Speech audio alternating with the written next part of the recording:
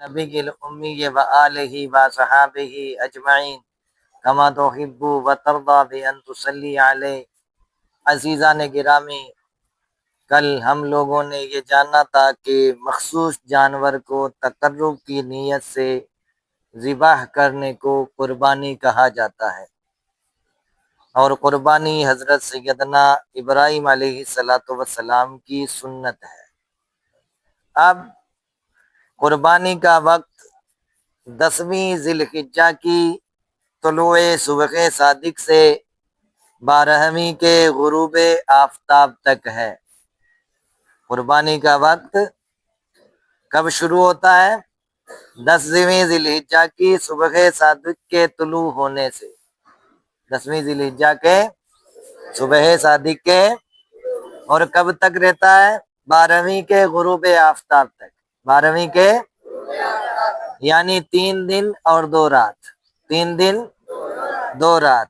البتہ جن مقامات پر عید کی نماز ہوتی ہے، پہلے صرف شہروں میں نماز ہوتی تھی، دیہاتوں میں نہیں ہوتی تھی، آج کل دیہاتوں میں بھی قائم کر لی گئی، تو پرانی کتابوں میں یہ لکھا گیا ہے کہ جہاں شہر میں عید کی نماز کے بعد ہوتی ہے اور دیہات میں فجر کی نماز کے بعد طلوع آفتاب کے بعد کر سکتے ہیں۔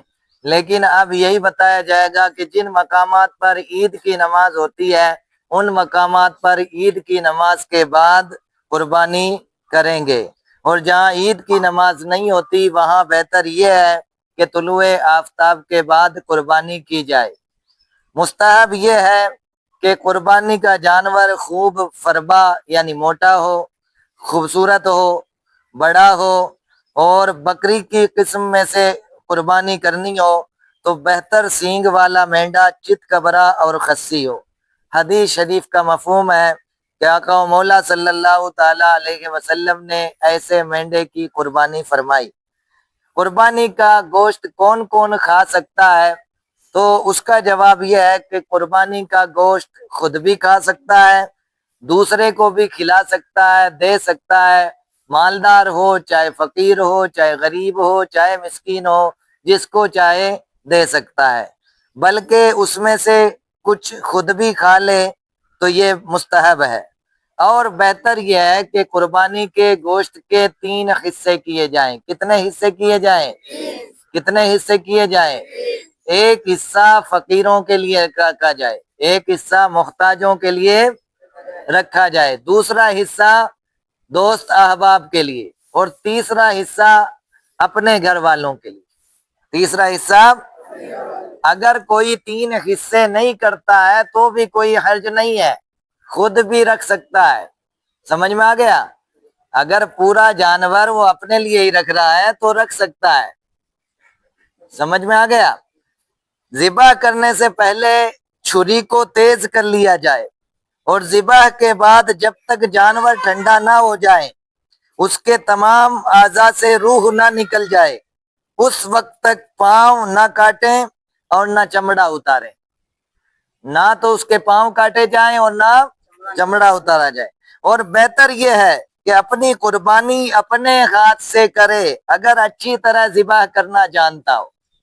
اگر وہ اچھی طرح ذبح کرنا جانتا ہو تو اپنی قربانی اپنے ہاتھ سے کرے، اور اگر اچھی طرح نہ جانتا ہو تو دوسرے سے وہ ذبح کروائے، مگر اس صورت میں اس کے لیے بہتر یہ ہے کہ وہ خود وقت ذبح حاضر ہو۔ تو یہ قربانی کے لیے جو مستحبات ہیں وہ بھی بتا دیے گئے، قربانی کا وقت بتایا گیا، اور قربانی کے گوشت کو کون کون کھا سکتے ہیں، کتنے حصے کیے جا سکتے ہیں، یہ بھی آپ لوگوں کو بتا دیا گیا۔ اور 9 ذی الحجہ سے لے کر 13 ذی الحجہ تک، 9 ذی الحجہ کی فجر سے لے کر 13 ذی الحجہ کی عصر تک تکبیر تشریق پڑھی جاتی ہے، اس لیے ان ایام کو ایام تشریق کہا جاتا ہے۔ اور تکبیر تشریق یہ ہے کہ اللہ اکبر لا الہ الا اللہ واللہ اکبر وللہ الحمد۔ پڑھ دیجئے، اللہ اکبر لا الہ الا اللہ واللہ اکبر وللہ الحمد۔ اللہ اکبر لا الہ الا اللہ واللہ اکبر وللہ الحمد، اللہ اکبر لا الہ الا اللہ واللہ اکبر وللہ الحمد۔ رب قدیر ہمیں ان مسائل کو جاننے، سیکھنے اور ان پر عمل کرنے کی توفیق عطا فرمائے۔